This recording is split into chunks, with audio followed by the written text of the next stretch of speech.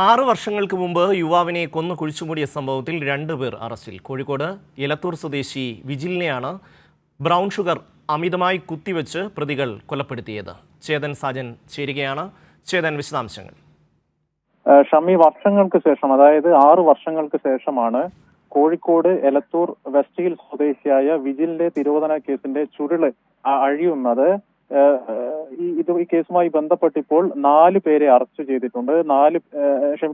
4 പേരാണ് ഇപ്പോൾ പ്രതികൾ എന്ന് മനസ്സിലാക്കുന്നത്. ഇതിൽ വിജിലിന്റെ സുഹൃത്തുക്കളായ 4 പേരെയാണ് പോലീസ് പ്രതി ചേർത്തിരിക്കുന്നത്. പുറത്തു വരുന്ന വിവരം അനുസരിച്ച് ഒന്നാം പ്രതിയായ വിജിലിന്റെ സുഹൃത്ത് നിജിൽ ഈ ബ്രൗൺ ഷുഗർ അമിത അളവിൽ ഈ മരിച്ച വിജിലിനെ കുത്തിവെക്കുന്നു. ഇത് മരണത്തിനിടയാക്കുന്നു. അങ്ങനെയാണ് ഈ വിജിലിനെ കുഴിച്ചു മൂടാൻ ഈ സംഘം തീരുമാനിക്കുന്നത്. ഇവരുടെ മൊഴി പ്രകാരം മൃതദേഹം കുഴിച്ചിട്ടത് സരോവരം പാർക്കിൽ കല്ല് കെട്ടി കുഴിച്ചിടുകയായിരുന്നു, കെട്ടി താഴ്ത്തുകയായിരുന്നു എന്നാണ് പുറത്തു വരുന്ന വിവരം. 2 പേർ ഈ കേസിൽ നിലവിൽ അറസ്റ്റിലായിട്ടുണ്ട്. സുഹൃത്തുക്കളായ ദീപേഷും നിജിലുമാണ് ഈ കേസിൽ അറസ്റ്റിലായിരിക്കുന്നത്. ഇനി 2 പേരെ കൂടി അറസ്റ്റ് ചെയ്യാനുണ്ട്. ഇവർക്കായിട്ടുള്ള അന്വേഷണം ഊർജിതമായി തുടരുന്നുണ്ട്. ഈ അറസ്റ്റിലായ ദീപേഷിനെയും നിജിലിനെയും വൈകാതെ തന്നെ കോടതിയിൽ ഹാജരാക്കുന്നതായിരിക്കും. നാളെ ഈ കുഴിച്ചുമൂടിയ സ്ഥലം ലൊക്കേറ്റ് ചെയ്യാനുള്ള പദ്ധതിയിലാണ് പോലീസ്.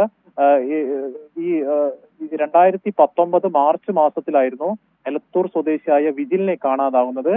പിതാവ് പരാതി നൽകിയിരുന്നു. നാട് വിട്ടു പോയെന്നൊക്കെ ആയിരുന്നു തുടക്കത്തിൽ ധരിച്ചിരുന്നത്. ഈ കേസിലാണ് ഇപ്പോൾ ചുരുളഴിയുന്നത്.